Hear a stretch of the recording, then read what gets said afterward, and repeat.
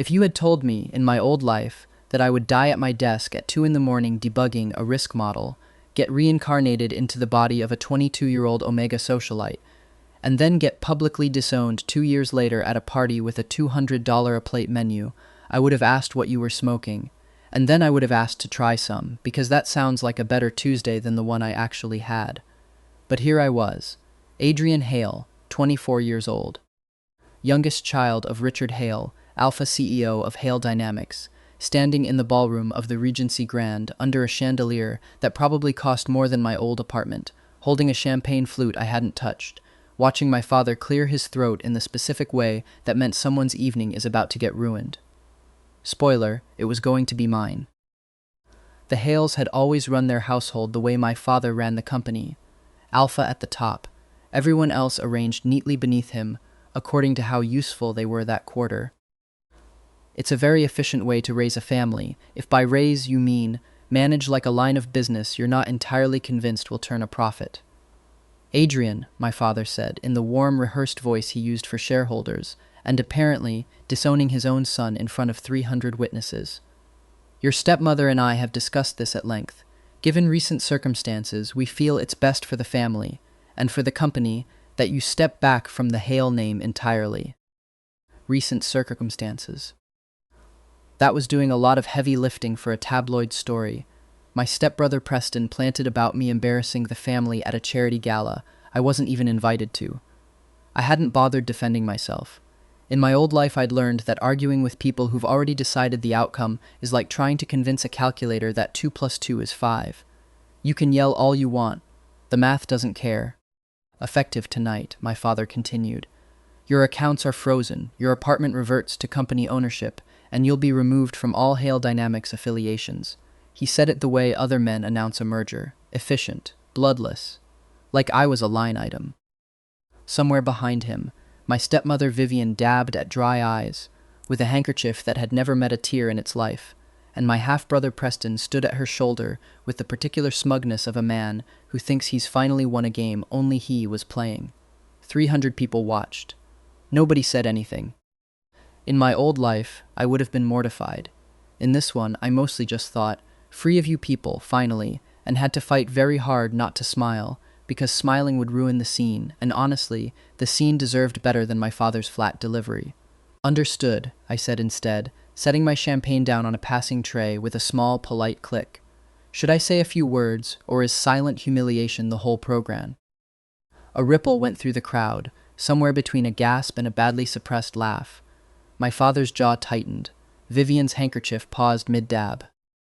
Preston opened his mouth to say something, probably cruel, definitely rehearsed, but I didn't wait around to hear it. I turned on my heel and walked out of the ballroom like I had somewhere better to be.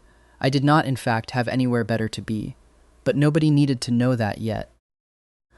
For the record, in case you're wondering how a 24-year-old Omega manages to take public disownment with the emotional range of a man being told his flight is delayed 20 minutes, I hadn't actually been Adrian Hale for very long. 2 years, give or take, since I'd woken up gasping in this body in the middle of a family dinner, with someone else's 29 years of memories crammed in next to whatever was left of the original Adrian. Memories of spreadsheets and server rooms and a hedge fund that worked me until my heart quit somewhere around 3 in the morning on a Tuesday nobody remembers.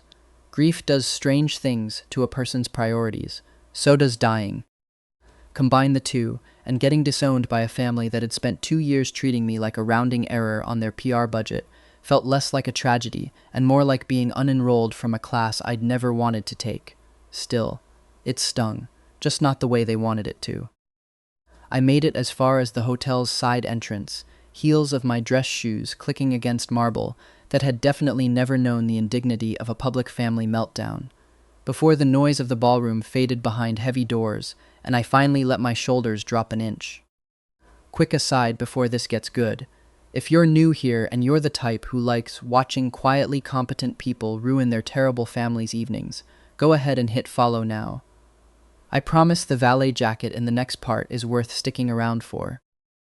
The garden behind the Regency Grand was the kind of manicured, overpriced quiet that only exists at hotels billing 4 figures a night, string lights, hedges trimmed into shapes no hedge asks to be, a fountain burbling away like it hadn't just watched a man get financially excommunicated from his own family. I found a stone bench, sat down, and allowed myself exactly one deep breath of okay that happened before a voice cut through the dark. "You're doing it wrong." I looked up.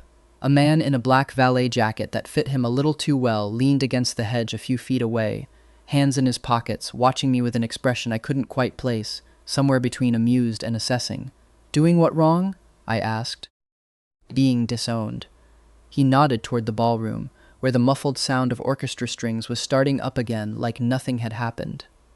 "You're supposed to cry. Or throw something." The staff had a pool going. I think somebody bet on a champagne flute to the face. "Sorry to disappoint the staff. You didn't disappoint me." He said it simply, like a fact, and something about the flatness of it made me actually look at him properly for the first time. He was tall, taller than me, which was saying something, with dark hair that looked like it had been styled and then deliberately messed up again, and a jaw sharp enough to cut glass. The valet jacket sat wrong on his shoulders, like it belonged to someone else, someone smaller. His eyes, even in the dim garden light, were a startling clear gray, and they were doing that thing alpha eyes sometimes do when they're cataloging you. Not predatory exactly, just thorough. Also, and this was the part that made me want to laugh, he smelled nothing like a man who parked cars for a living.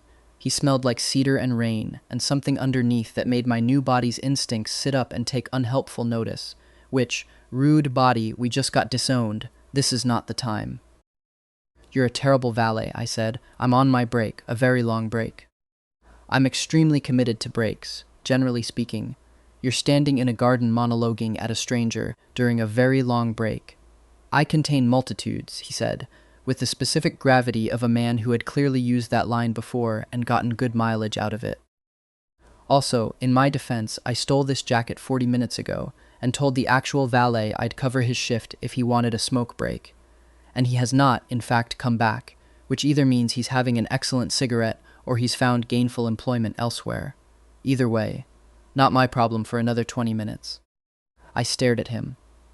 "That is the strangest thing anyone has told me tonight, and I got fired from my own family an hour ago." "You didn't get fired." He tilted his head, and for just a second, something sharper flickered under the easy humor, something that looked almost like anger on my behalf, which was new and strange, and not unwelcome. "Fired implies you did something wrong. From what I heard in there, you did something right. You just didn't do it quietly enough for people who like their humiliation delivered without eye contact. You heard that? Half the garden heard that." "Sound carries." He shrugged, like it was nothing, like he hadn't just, in one sentence, understood the entire evening better than my own father had in 24 years. For what it's worth, the flute on a tray thing was a good exit. "Thank you. I workshopped it." That got a laugh out of him. A real one, short and surprised, like it hadn't meant to escape. It softened his whole face, made him look younger, less like a man built for boardrooms, and more like someone who might, under different circumstances, be fun to know, and considerably lazier than the black crowd currently networking itself hoarse 200 feet away. "I hate these parties," he added, dropping his voice, glancing back toward the lit windows of the ballroom like the string quartet might overhear and take it personally. "Every single one. Champagne that tastes like static, small talk that could put an insomniac to sleep, men in suits that cost more than a car pretending they built something with their own hands. I'd rather be literally anywhere else, which is, historically, my entire professional philosophy. Be anywhere else, let smarter, more energetic people handle the room. That's a bold philosophy for a man in a stolen jacket. It's gotten me very far. Low effort, high yield. You'd be amazed what people do for you when they think you might be busy." It started to rain then, the way New York rain does in early fall. No warning, just suddenly everywhere, fat drops hammering the string lights and sending the last stragglers from the garden shrieking back toward the hotel doors. I stood, resigned to getting soaked on top of everything else the night had thrown at me, and that was when he moved. Fast, faster than I expected from someone who'd spent the last 5 minutes being deliberately unhurried, and pulled me sideways under the stone overhang by the fountain, one hand warm and steady at my elbow. "So much for low effort," I said. "I make exceptions." We ended up closer than strangers usually stand. close enough that I could smell the cedar and rain of him even over the actual rain, close enough to see a thin scar through one dark eyebrow, close enough that when he looked down at me, something in his expression went very still. "You're not wearing a jacket," he said low. "Neither are you, apparently. That one's stolen. I run warm." A beat. His eyes dropped, just briefly, to where his hand still rested on my arm, like he was only now noticing he hadn't let go. "You're shivering. I'm fine." "You're lying." But he said it gently, and before I could argue, he'd shrugged out of the ill-fitting valet jacket and settled it over my shoulders anyway, hands lingering a half-second too long at the collar. It smelled like him. I decided not to think too hard about why that made my chest do something complicated. A delivery van, taking the hotel's side street too fast in the rain, hydroplaned past close enough to send a wave of gutter water toward the overhang, and he pulled me back against him without thinking, one arm banding across my shoulders, turning his own back to the spray so I wouldn't get hit. It lasted 3 seconds. It felt longer. His heartbeat was audible from where my ear had landed against his chest, quick and not nearly as unbothered as his voice had been all night. "You have terrible luck tonight," he murmured, close to my ear. "You have terrible timing," I said back, mostly to keep my voice from doing anything embarrassing. "First you steal a jacket, now you're saving me from a Cisco truck." "I contain multitudes," he said again, and I could feel him almost smiling against my hair. He didn't step back right away, neither did I. The rain kept falling, and the string quartet kept playing somewhere behind glass, and for one absurd, suspended moment, getting disowned felt like the best thing that had happened to me all year. Then a real valet came jogging around the corner, spotted the jacket, and yelped, "Sir! Sir, we've been looking everywhere. The actual guests are asking about their car keys." And the moment cracked neatly down the middle. The man beside me sighed like a put-upon king interrupted mid-decree. Duty calls, apparently. And by duty, I mean the one job I was actively trying to avoid. "Go save capitalism," I said. "I'll manage." He studied me a moment longer, like he was memorizing something, then reached into the jacket, my jacket now temporarily, and produced a plain black card from an inside pocket. No name, no logo, just a phone number embossed in silver. "If your terrible luck continues," he said, pressing it into my hand, "call this. Is this a valet hotline? Something like that." And then he was gone, jogging off after the real valet with visibly reluctant enthusiasm, the borrowed jacket flapping around a frame it clearly didn't belong to, leaving me standing under a stone overhang in the rain, holding a stranger's number and wondering why my new body's chest felt so warm when the rest of me was soaked through. I didn't know his name yet. I would, soon enough. And when I found out, it would explain a great deal about why a valet smelled like cedar and carried himself like he owned the entire hotel. Because he did. Here's the part of the story nobody at that party knew, including my father, including Preston, including Vivian and her permanently dry handkerchief. I had been quietly, methodically ruining their plans for 2 years before they ever got around to disowning me, not out of some grand scheme for revenge. At first, honestly, it was survival instinct. I woke up in Adrian Hale's body with a splitting headache and someone else's memories rattling around next to my own. 29 years of Alex Kessler, systems analyst, quant modeler, and world-class insomniac, who'd worked himself into a heart attack at a hedge fund that didn't so much as send flowers to the funeral.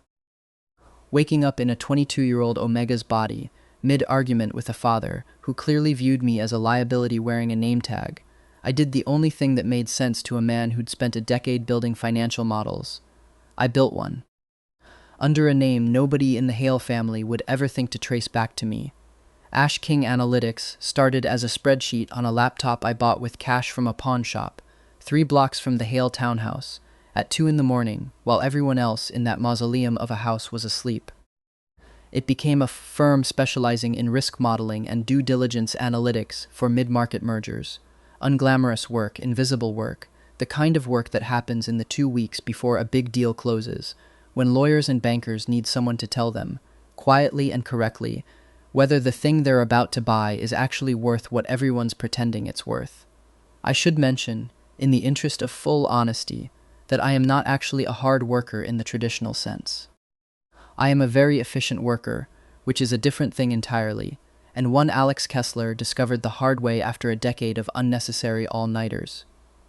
These days I do the math once, correctly, and then spend the rest of my week doing as little as humanly possible, which, combined with an insomnia I never asked for and can't seem to shake, means I get roughly the same output as everyone else while looking, from the outside, considerably less stressed about it.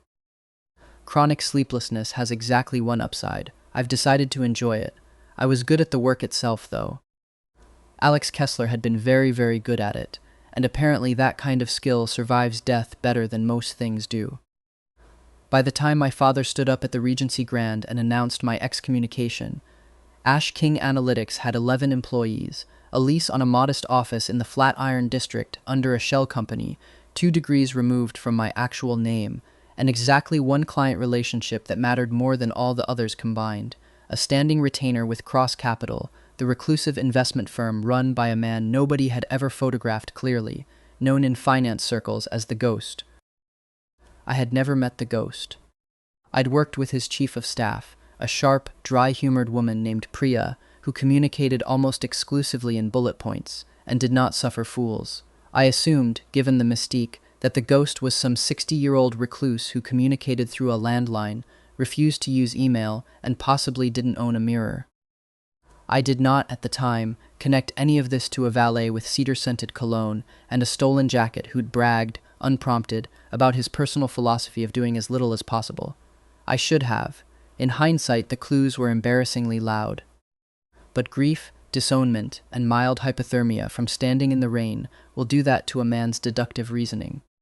My assistant, well, Ash King's assistant, a perpetually caffeinated beta named Marcus Reyes, who I'd hired off a job posting, and sworn to secrecy about the whole my legal name is also tied to a family that runs in the same financial circles as my biggest client situation, called me the morning after the gala while I was standing in the wreckage of my studio apartment, technically Hale Dynamics property. Technically, I had 18 hours to vacate, trying to figure out how many of my possessions actually belonged to me and not the company. "Boss," Marcus said, "you're trending." "I'm what?" "Trending. As in, #HaleHairHumiliated is currently the 3rd most popular thing on New York gossip Twitter, right behind a Yankees trade rumor and a raccoon that got into a subway car." A pause, the click of a keyboard. "Also, and I say this with love, you look incredible in the paparazzi shot. Very, I've transcended caring about material wealth. Very main character." Marcus. Also, Cross Capital just called. They want to move up the Q3 due diligence meeting. Something about a big acquisition target they're racing another firm on. They asked for you specifically. I sat down on a box labeled kitchen, misc in my own handwriting, in an apartment I no longer technically owned, and rubbed my eyes. "Tell them I'll be there," I said. "Tell them Ash King doesn't do drama, and also that Ash King would like at least 6 hours notice before doing anything that requires real pants." Should I also tell them Ash King got publicly disowned by a real estate dynasty 11 hours ago? Absolutely not. "Wise," Marcus said. "Very professional, very buttoned up. I respect it." I hung up, looked around at my half-packed apartment, and allowed myself 30 seconds of feeling sorry for myself before I remembered I had a company to run, a meeting to prep for, and apparently a mysterious number in my coat pocket from a man who smelled like cedar and had pulled me out of the rain like it was the easiest thing in the world. I didn't call it. Not yet. But I didn't throw it away, either. Running 2 lives at once is, contrary to what every overachieving web novel protagonist will tell you, not actually a matter of discipline. It's a matter of never quite sleeping and being extremely comfortable with that fact. Alex Kessler used to treat insomnia like a personal failing, something to fix with melatonin and self-help podcasts at 3 in the morning. I've made my peace with it. If my body insists on being awake at 2 a.m., regardless of what I do about it, I might as well be awake at 2 a.m., building something that's actually mine, instead of staring at the ceiling of a house that never once felt like home. That's the version of the story I tell myself, anyway, on the nights the fatigue catches up with me somewhere around hour 18, and I start proofreading spreadsheets by the light of my own laptop instead of a chandelier. It's not glamorous. It is, however, extremely mine, which after 2 years under the Hale roof, felt like the better trade. New apartment, a 4th-floor walk-up in Brooklyn, with a radiator that clanked like it was auditioning for a percussion section, and a landlord who called it cozy, which is real estate code for the closet is technically load-bearing. I loved it immediately, mostly because nobody in it could freeze my accounts. My actual 9 to 5. The cover job. The one that let me move through the world as boring, unremarkable Adrian Hale rather than mysterious, reclusive Ash King, was a data analyst position at a mid-sized logistics firm in Midtown, a job I'd taken under a slightly different name 6 months earlier, back when the writing on the wall about my family had already started to show, specifically so I'd have somewhere ordinary to exist while Ash King did the actual heavy lifting behind the scenes. It paid enough to cover the walk-up, and not much else, which, after a lifetime of Hale money, felt strangely like breathing for the first time. He showed up on day 3.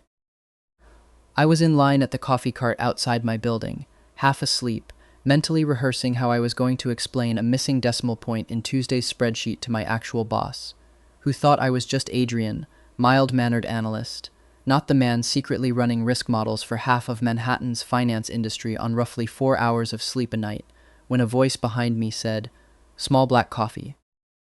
And whatever he's having, I turned around and there he was, in a suit that fit him considerably better than a stolen valet jacket. Gray eyes, amused, entirely unsurprised to see me, which should have been my first clue that this was not in fact a coincidence. "You," I said. "Me," he agreed. "Small world. This is Brooklyn. You don't strike me as a Brooklyn man." "I contain multitudes." He said it again, like it was becoming a bit between us already, 3 days in. I had a meeting nearby, at 7:40 in the morning. "I thought you told me your entire philosophy was doing as little as possible." Doing as little as possible sometimes requires very early strategic reconnaissance. He checked a watch that cost more than my apartment's monthly rent, looking faintly proud of the sentence he'd just produced. "Career change," he added, entirely straight-faced, and paid for both our coffees before I could argue, tapping his card like it was nothing, like the $6 meant absolutely nothing to him, which, I would later learn, it genuinely did not. His name, he told me over that first coffee, taken standing on a Brooklyn sidewalk because neither of us apparently wanted to be the one to end the conversation, was Julian. Just Julian, delivered with the specific vagueness of a man who was very used to people already knowing his last name and was testing, gently, whether I didn't. Not yet. Alex Kessler's memories were good with numbers, not gossip columns, and Adrian Hale's memories of the business world were mostly limited to which fork to use at a shareholder dinner. "Julian," I repeated. "No last name? Boring last name." "Not worth the calories." He studied me over the rim of his cup, that same thorough, cataloging look from the garden. "How's the disownment treating you?" "Surprisingly liberating. 10 out of 10. Would recommend." "Would you?" "No," I admitted, and something about his face shifted, softened like he'd been waiting for the honest answer under the joke and was relieved to finally get it. "It's fine. I'm fine. I have a job, an apartment with character, and apparently a stranger who keeps coincidentally finding me before 8 in the morning, which honestly feels like the more unbelievable part. I'm very committed to my coincidences. It's the one area of my life where I put in real effort." He grimaced at his watch again. "I have to go pretend to be important somewhere. Call the number, Adrian. I don't even know your last name. Then you'll have something to find out." And he was gone again, unhurried, disappearing around the corner in a suit that fit him like it had been made for exactly this purpose, being walked away from a man who very much wanted to keep looking at him. I called the number that night, mostly to prove to myself that I wasn't the kind of person who got flustered by a well-tailored suit and a good jawline. I was, in fact, exactly that kind of person. My old life's decade of nothing but spreadsheets had apparently left some deficits. He picked up on the second ring like he'd been waiting. "Took you long enough," Julian said. "I have a policy against calling strange men who steal jackets. Understandable policy. Glad you made an exception. Don't get used to it." "Too late," he said, and I could hear the smile in it, and somewhere in my chest, something that had been braced and careful since a chandelier-lit ballroom 4 days ago, finally, quietly, relaxed. We fell into something over the next few weeks that I didn't have a good word for.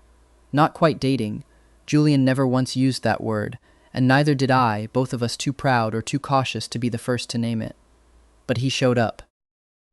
At the coffee cart, at the little ramen place 2 blocks from my apartment that I'd mentioned exactly once, on the rooftop of my building at 9 p.m., with a 6-pack and no explanation for how he'd gotten past the building's supposedly locked door.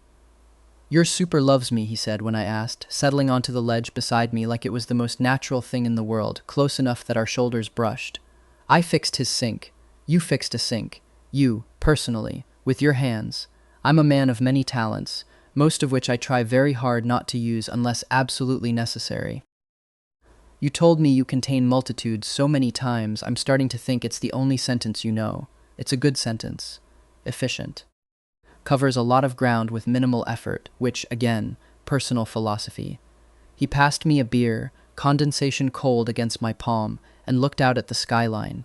Not the postcard Manhattan view, just the scrappy, half-lit sprawl of Brooklyn rooftops and water towers, which somehow looked better with him next to me than the view from the Regency Grand's ballroom ever had. Better than the one you had at that party, I'd bet. Anything's better than that view.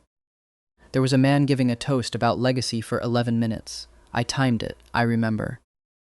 I was hiding by the shrimp cocktail, actively avoiding a conversation about hedge trimming with a man who owns 4 golf courses. In your valet jacket, in my valet jacket, he agreed, and bumped his shoulder gently against mine. An easy, unthinking touch that had become a habit between us in a way I hadn't fully registered until just now, sitting on a rooftop in the cold, very aware of exactly how much of my arm was pressed against exactly how much of his. Here's the thing about alphas and omegas that nobody in my old life had ever had to think about, because Alex Kessler had never once, in 29 years, met an alpha whose proximity made his skin feel like it was quietly humming. It is very hard to have a purely intellectual friendship with someone whose scent your body has, apparently, without consulting you, decided it likes. Julian smelled like cedar, and rain even when it wasn't raining, and something warmer underneath that I didn't have a name for yet. And every time he sat close enough for me to catch it, some small, ancient part of my new biology went quiet and pleased in a way that had nothing to do with Alex Kessler's carefully rebuilt composure. I suspected, from the way his jaw would tighten slightly whenever I leaned in to grab something off his side of the ledge, that he wasn't entirely unaffected either. "Can I ask you something?" I said, and you actually answer instead of doing the multitudes thing? Depends on the something. What do you actually do? For work. You've mentioned a meeting 11 times and told me nothing about what happens inside it. Something flickered across his face, not quite guilt, more like careful calculation, a man deciding how much truth a conversation could hold.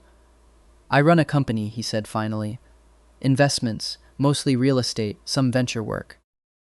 It's not as interesting as it sounds. Mostly, I hire people much smarter and much more energetic than me. Then I sign things they've already decided are correct. That sounds like a highly evolved form of laziness. I prefer delegation as an art form. I've built an entire empire on the principle that other people are better at working than I am, and I am better at knowing which of them to trust. He said it lightly, but there was something underneath it, a thread of real pride he didn't usually let show. Everything sounds more interesting when a man in a $5,000 suit says it on a rooftop with a beer in his hand. 4,000, he corrected, deadpan. I got it on sale. I'm frugal, in my own way. I laughed, actually laughed, the kind that came from somewhere lower than my chest, the kind Adrian Hale's old life of careful, minimal reactions had never quite allowed. Julian watched me do it with an expression I was starting to recognize, something soft and a little helpless underneath the usual dry composure, like my laugh had knocked something loose in him that he hadn't planned on losing. "You should do that more," he said, quiet now, the joking mostly gone from his voice. "Laugh like that." "I'm working on it. New life philosophy. Fewer chandeliers, more rooftops. I could get behind that philosophy. It requires significantly less effort than a chandelier." He turned toward me then, closer than the rooftop ledge strictly required, and for a second, just a second, I thought he might actually close the distance, and some traitorous, undignified part of me leaned in to meet him halfway. His phone rang, loud, insistent, absolutely humiliating in its timing. Julian closed his eyes like a man being personally wronged by the universe, pulled back, and checked the screen. Whatever he saw there made his jaw tighten in a completely different way than it did around me. "I have to take this," he said. "Work. The one part of my life I still can't fully delegate, unfortunately, at 9:30 on a Friday." The work doesn't respect Fridays, and believe me, I've filed several strongly worded complaints. He stood, tucking the phone against his shoulder without answering it yet, and looked down at me with an expression that was trying very hard to be casual and mostly failing. Same time next week? You never actually ask. You just show up. It's worked so far. A ghost of a smile. Good night, Adrian. Good night, Julian. He left. I sat on the rooftop a while longer, beer going warm in my hand, replaying the near miss of that almost kiss, and wondering, not for the first time, exactly what kind of work required a supposedly lazy, reclusive CEO's personal attention at 9:30 on a Friday night, and exactly why some deep, quiet part of me had started hoping the answer involved me. Here is a piece of Adrian Hale family lore I hadn't thought much about until it walked into the ramen place, holding a bouquet like a man in a rom-com he clearly believed he was the lead of. Grant Pierce, son of one of my father's oldest business partners, and the Omega-adjacent arranged match my family had been quietly angling toward before I got demoted from useful asset to liability, and the whole plan evaporated. I hadn't spoken to Grant in over a year. I had, in fact, been actively trying not to think about the 11 excruciating dinners our parents had forced us through in my early 20s, all of which had the romantic energy of a tax audit. Adrian, Grant said, sliding uninvited into the booth across from me, setting the bouquet down like it was a legal document. I heard about the whole disowned in a ballroom thing. Devastating. Truly. I said to my mother, someone ought to check on him. I'm checked on. Thoroughly. You can go. I also heard, he continued, undeterred, in the specific tone of a man who had rehearsed this in a mirror, that you're doing some kind of consulting work now. Very scrappy, very inspiring. I always did think you had more spine than people gave you credit for. He reached across the table for my hand, and I was still working out the fastest polite way to remove it when a shadow fell over the booth. Sorry I'm late, Julian said, sliding into the seat beside me with the easy, unhurried confidence of a man who owned the building the restaurant was in, which, as it turned out, he did. He draped an arm along the back of the booth behind me, not quite touching, close enough to make a point. Traffic. You must be. He glanced at the bouquet, then at Grant with an expression of polite, devastating disinterest. The florist? I'm Grant Pierce, Grant said, drawing himself up. Adrian's former fiancé. Were you? Julian said, in a tone that suggested he found this information roughly as interesting as a weather report from a city he didn't live in. And now? Now I'm reconnecting. Interesting choice of restaurant for reconnecting. Adrian hates cilantro, and this place puts it in everything. I assume you didn't know that, given the flowers and not, say the correct order. Grant's mouth opened, closed, opened again. I bit down hard on a laugh. Who exactly are you? Grant finally managed. A friend, Julian said, which was, at that point in our relationship, technically still true, though the arm along the booth and the low, deliberate warmth in his voice told a slightly more advanced story. A friend who's going to walk Adrian home in about 4 minutes because he's had a long week and doesn't need flowers from someone who spent 11 dinners talking exclusively about himself. Adrian mentioned that, by the way, several times. It came up unprompted. I did not, I said, mostly for the principle of the thing, say it several times. Twice is several in my book. I round generously when I'm annoyed. Grant, sensing a battle he was not equipped to win, gathered his bouquet and his dignity with roughly equal amounts of grace, and left with a parting comment about how some people clearly hadn't grown, which landed with all the force of a paper airplane. The second the door swung shut behind him, Julian turned to me, arm dropping from the booth to settle, warm and deliberate, around my shoulders instead. A florist, he muttered. The nerve. I don't even like flowers, and I was offended on principle. You didn't have to do that. I wanted to. He said it simply, without any of his usual deflecting humor, eyes steady on mine in a way that made the ramen shop's fluorescent lighting feel, briefly, like candlelight. I don't like watching someone try to walk back into something they gave up on the second it stopped being convenient. Jealous? I asked, mostly to see what he'd do with it. Extremely, Julian said without an ounce of shame, and the honesty of it did something warm and unmistakable to my chest. I have never once wanted to fight a man over flowers before tonight. New personal record. I'd like it noted that I did all of that without lifting anything heavier than a menu, which again I consider a triumph of efficient effort. You didn't fight him. You insulted his restaurant choice. I'm an investor, Adrian. I fight with information. It's cheaper, and it doesn't wrinkle the suit. He tugged me gently out of the booth, hand finding mine like it belonged there, and didn't let go the entire walk home. Not even when we stopped at the corner store so he could buy the correct kind of noodles, the ones without cilantro, and make them himself in my tiny kitchen while grumbling good-naturedly about my apartment's ancient stove and how, quote, a man of my resources should not have to fight a pilot light for basic sustenance. It wasn't a confession, not yet. But it was close enough that neither of us pretended otherwise for the rest of the night. The call that changed everything came into Ash King Analytics on a Tuesday, 3 weeks after the gala, routed through Marcus, who buzzed my office door open with the specific urgency he usually reserved for coffee emergencies. "Boss," he said, "you're gonna want to sit down for this one. I'm already sitting down. I'm always sitting down. Sitting down is basically my whole personality now." "Sit down harder." He set his tablet on my desk, spinning it to face me. Hale Dynamics just requested an emergency due diligence review. They're trying to close a major acquisition, some logistic conglomerate out in Jersey, and their usual analytics firm dropped out last week over a conflict of interests. They need someone new, fast, before their financing window closes. Guess who they asked for by reputation? I stared at the name on the request form, Hale Dynamics. My father's signature, digital and impersonal, at the bottom of a formal engagement letter addressed to Ash King Analytics, a firm he had no idea was run out of an office 2 miles from the house he'd raised me in, by a son he'd frozen out of his bank accounts 3 weeks ago. "They don't know," I said slowly. "They do not know," Marcus confirmed. As far as Richard Hale is concerned, Ash King is some mysterious boy genius quant nobody's ever met in person, which, fun fact, is because you've spent 2 years making very sure of that, and because you're apparently too lazy to ever do press. That's not laziness, Marcus. That's strategy. Sure, boss, whatever helps you sleep. Which, per your own admission, is not much. I thought about my father's face at the Regency Grand, flat, efficient, cataloging me as a liability to be excised. I thought about Preston's smug little smile. I thought about Vivian's dry handkerchief.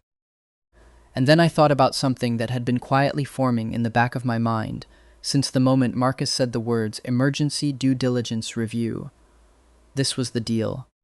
The exact deal my father had thrown me out to protect, the one Preston had been publicly bragging about closing for months, the one that would supposedly cement Hale Dynamics as the biggest logistics and real estate player on the East Coast.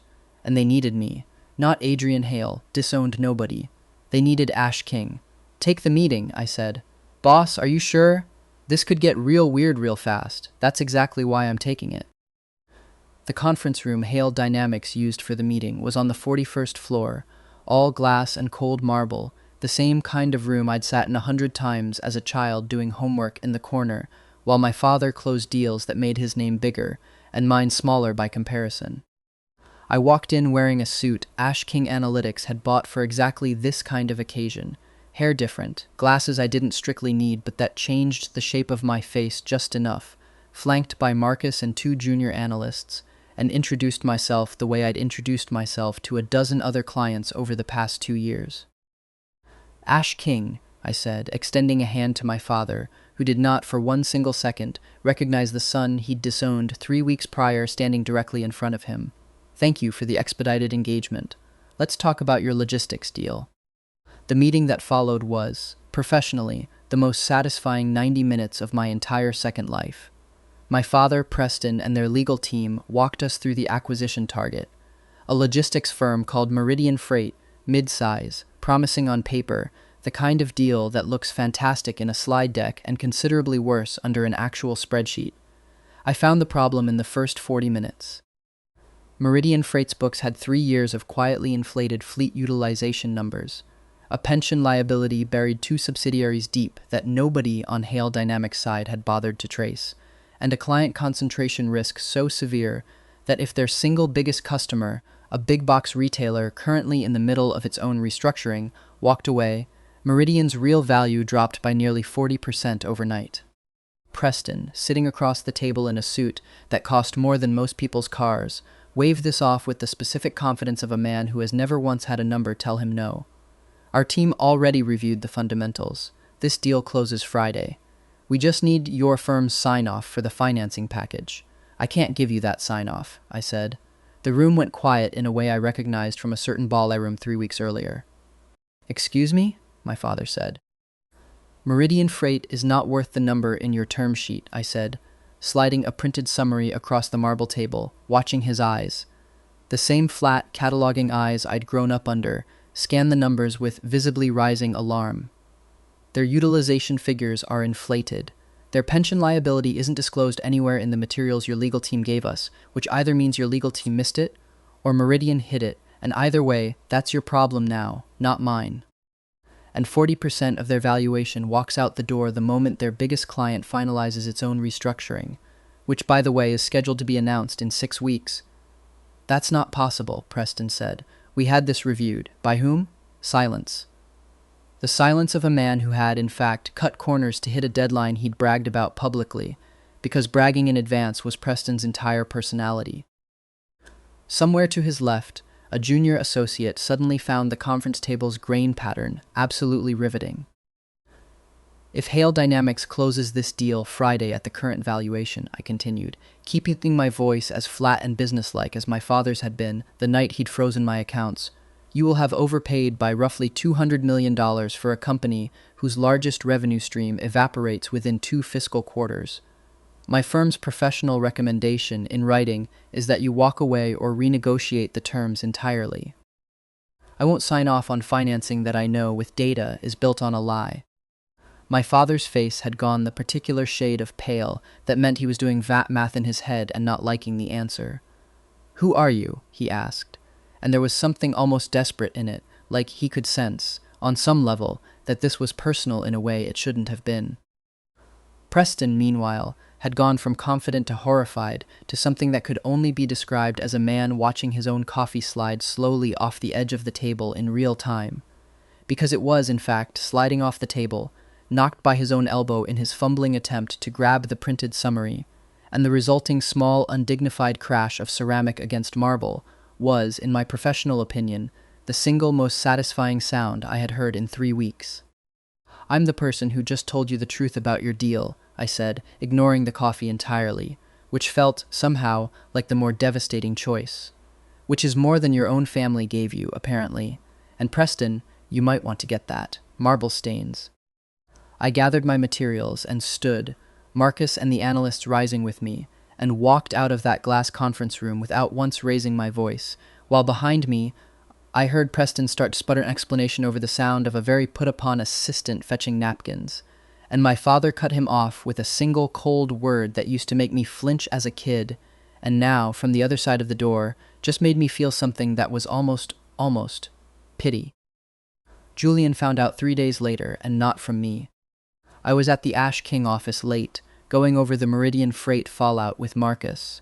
Hale Dynamics had, predictably, spent 72 hours in a panic before pulling out of the deal entirely, and Preston's little victory lap in the business press had gone conspicuously quiet, replaced by a single terse statement about reevaluating strategic priorities, which is corporate, for we almost lost $200 million and a man in an expensive suit spilled coffee about it, when my phone buzzed with a text from an unknown number that turned out, upon closer inspection, to be Julian's. "Julian, Ash King Analytics just saved my company from getting into a bidding war for a logistics firm that was, and I quote your report, structurally hollow. My CFO says your risk model is the best he's seen in a decade. I'd like to buy the man behind it a drink." I stared at the message for a full 30 seconds, loud and undeniable, in a way that made me feel deeply, thoroughly stupid. Cross Capital, the ghost. The reclusive client who'd never met me in person, whose chief of staff Priya I'd worked with for over a year, whose retainer had quietly funded a third of Ash King's growth, Julian. Julian, who smelled like cedar, who'd stolen a valet jacket to escape his own party, who fixed sinks and showed up at coffee carts and sat close enough on rooftops that our shoulders brushed, who'd told me, unprompted and in complete sincerity, that his entire professional philosophy was doing as little as possible, which, in hindsight, was an incredible thing for the CEO of one of the most feared investment firms on the East Coast to say to a total stranger with a straight face. And I had somehow not connected a single dot. "Me, how long have you known?" "Julian, known what?" "Me, don't." There was a pause, long enough that I could picture him on the other end, weighing exactly how much to admit, before 3 dots appeared and disappeared twice. "Julian, since the garden." Priya flagged the Hale Dynamics Gala as a client relations event I should attend for optics. I clocked you the second you walked out of that ballroom. I didn't know you were Ash King until Priya cross-referenced the Meridian Report signature 2 hours ago. Julian, for what it's worth, I liked you before I knew. I'm not sure that makes it better. Me, it makes it something. I need to think. Julian, take your time. I'll be on the roof. I'd offer to come find you first, but I'm told that's an aggressive use of effort for a man in my position, so I'll wait like a reasonable person. I stared at that last message for a long time, something warm and furious and undeniably fond tangled together in my chest, before I grabbed my coat and left the office, because apparently whatever this was between us, it wasn't the kind of thing that could wait for careful, sensible thinking. He was on my roof. Of course he was on my roof, because apparently that was simply where the important conversations of my second life happened now, on a Brooklyn rooftop with bad lighting and a view of water towers instead of skyscrapers. He stood when he heard the door, hands shoved in his pockets, none of his usual easy composure anywhere in sight. For the first time since the garden, Julian Cross looked genuinely, thoroughly nervous. You could have told me, I said, stopping a few feet away. Any point in the last 3 weeks, coffee cart, ramen place, every single time you coincidentally showed up. I know. You let me think you were some mysterious guy who fixes sinks and steals jackets and has, quote, an entire professional philosophy of doing nothing. I do fix sinks, he said. That part was true. The doing nothing part is also, unfortunately, mostly true, which is possibly the most humiliating confession I've made all night, and I've already admitted to being jealous of a florist. Also, for the record, I am mysterious. Ask anyone in finance. They call me the ghost, Julian. I'm sorry. The joke dropped out of his voice entirely, leaving something rawer underneath. I didn't tell you because the second you knew I was Cross Capital, I was terrified you'd only see the company, the retainer, the money. I've spent 8 years building a reputation specifically so nobody could get close enough to want anything from me except my signature on a check. And then you.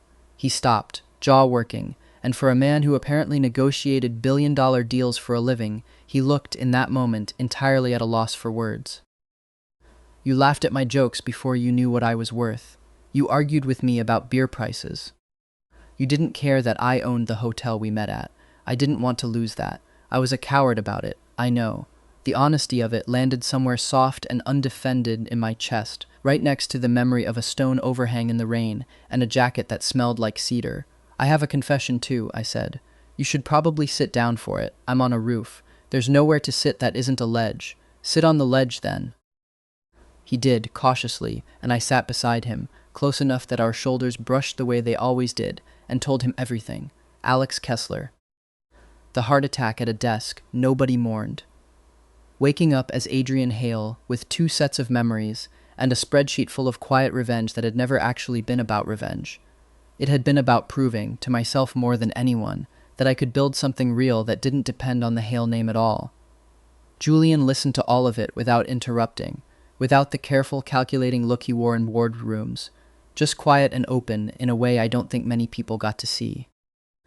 Somewhere in the middle of it, around the part where I explained how Alex Kessler's old habit of triple-checking numbers at 3 in the morning had somehow survived death, reincarnation, and an entire new set of lungs. He reached over and laced his fingers through mine, like he needed something to hold on to while the story rearranged everything he thought he knew. So, he said, when I finished, you're telling me I've been falling for a man who is technically 2 people, one of whom used to run risk models until his heart gave out, and the other of whom just publicly humiliated his own father's company using a firm I've been funding for a year, and also apparently doesn't sleep. That's the short version, yes, Adrian. He said my name like it was something worth holding carefully. That might be the single most interesting thing anyone has ever told me on a rooftop, and I once had a man try to convince me to invest in a company that made edible drone parts. I laughed, that real laugh, the one he'd told me to do more of. And something in his face went soft and undone at the sound of it, the same way it had the first time. Can I ask you something, he said, quieter now, and this time you actually answer. Depends on the something. That night in the garden. Before the delivery van, before the jacket, I almost kissed you. I've thought about it more than a reasonable amount of time since, which for a man who prides himself on minimal effort is honestly an alarming amount of mental energy. I noticed. Would you have let me? I looked at him. Cedar and rain and gray eyes gone soft.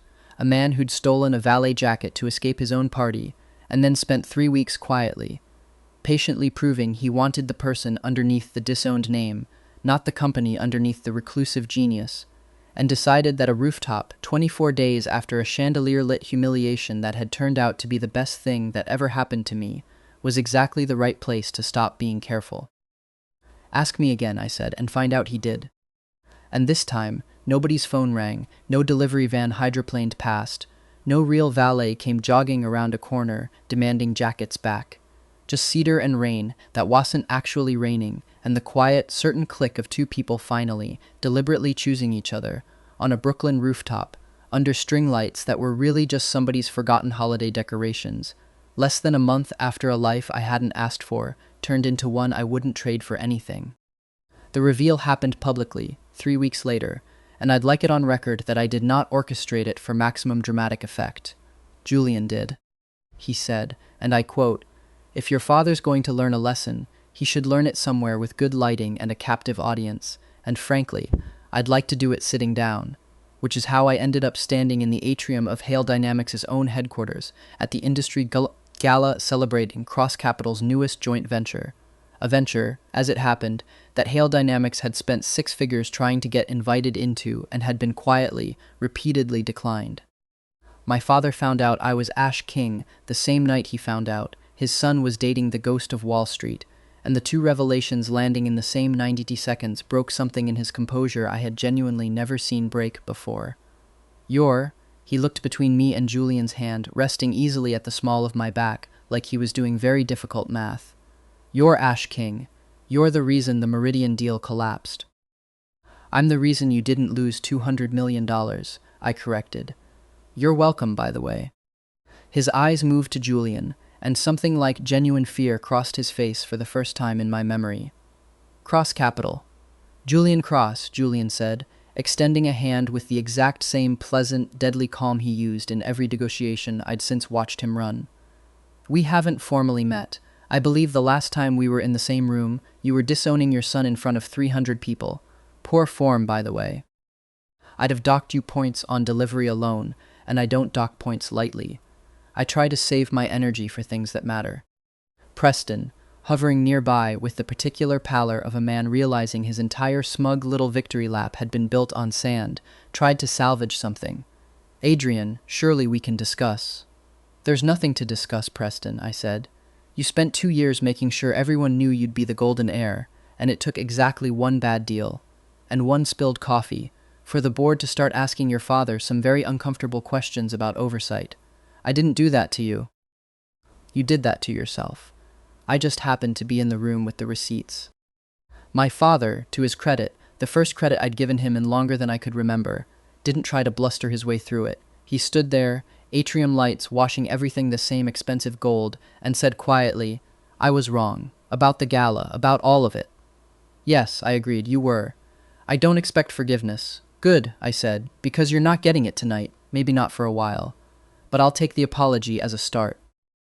There was a beat of heavy, atrium-sized silence, the kind that usually precedes something dramatic, before Preston, still hovering, muttered, mostly to himself, "I still can't believe the guy fixing my sink 2 months ago owns half of Manhattan, which was such a specific and pathetic thing to be hung up on, in that particular moment, that I actually laughed, and Julian, beside me, made a small, undignified sound of vindication.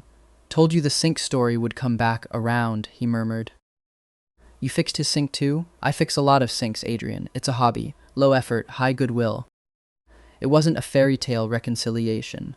My father and I are still working on it, slowly, over stilted monthly coffees that are getting slightly less stilted each time. He's learned, for instance, that I take my coffee black and no longer orders for me the way he used to when I was 17 and apparently invisible. Preston got quietly demoted after the board's review, which humbled him in a way 3 years of my patient sarcasm never managed to. The last I heard, he was 2 levels down in regional operations, learning, for the first time in his life, what it feels like when a spreadsheet doesn't go his way.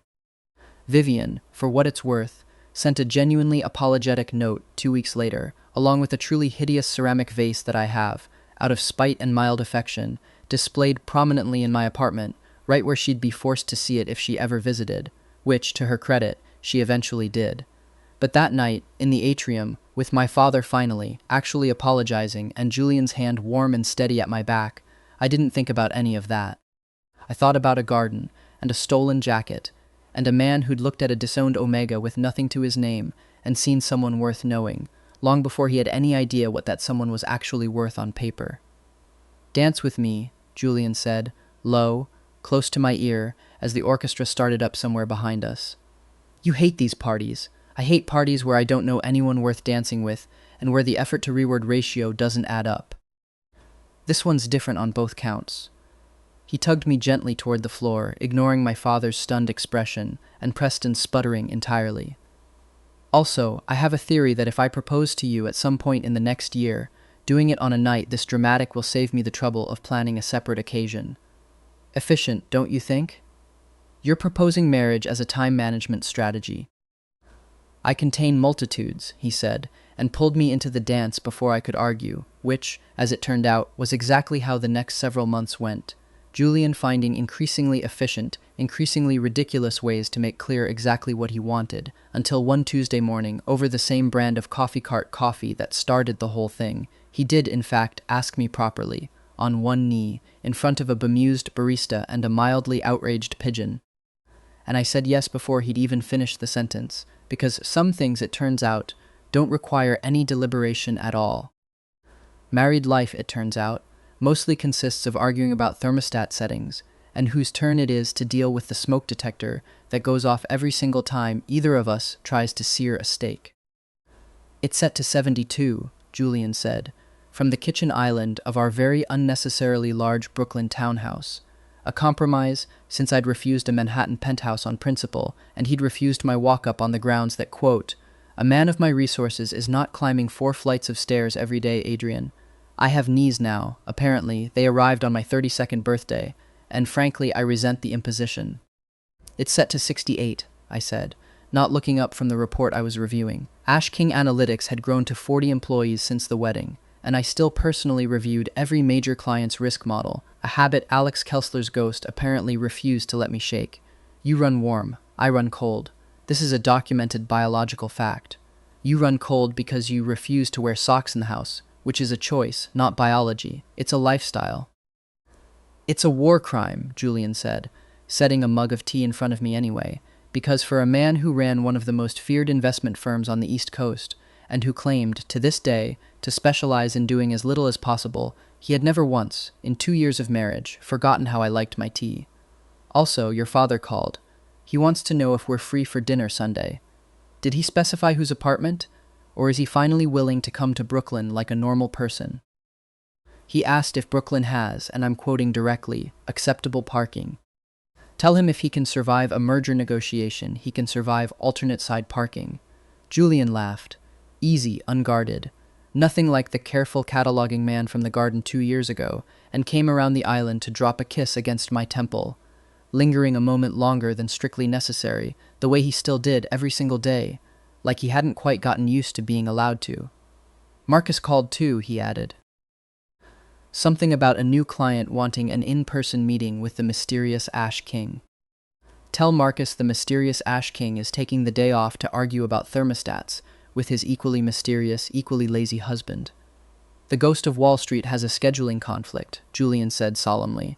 "He's currently occupied being extremely happy, which, contrary to popular belief, is exhausting, dedicated work and requires his full attention. Is it exhausting?" Devastatingly. He tugged my chair back from the table, unceremonious, until I was standing and considerably closer to him than the report strictly required, and rested his forehead against mine, cedar and something warmer underneath, the same scent that had pulled me out of the rain 2 years ago and never quite let go. "Best job I've ever had, though. 0 effort required, somehow. You just happen automatically now, like weather. Better than running a multi-billion-dollar investment firm." "Considerably better," he said, "though don't tell my board, I have a reputation to maintain." Outside, a garbage truck backed up with its usual apocalyptic beeping, the radiator in the hallway clanked its 2-note song, and somewhere in the kitchen, the smoke detector chose that exact moment to go off over absolutely nothing, because our smoke detector had at this point developed a personality, and that personality was dramatic. Julian sighed against my forehead, long-suffering and entirely, hopelessly fond. I married a disaster. You married Ash King Analytics controlling interest, and a man who once made you cry laughing about beer prices on a rooftop. Read the fine print next time. I read every word, he said, and kissed me properly this time, smoke detector still shrieking, tea going cold on the table, two very different lives folded quietly into one very good one. Best deal I ever closed. Lowest effort, highest yield. I'd sign it again tomorrow. If you made it all the way here, thank you for reading, genuinely. If Adrian and Julian's very lazy, very chaotic love story was your kind of chaos, follow the channel so you don't miss the next one.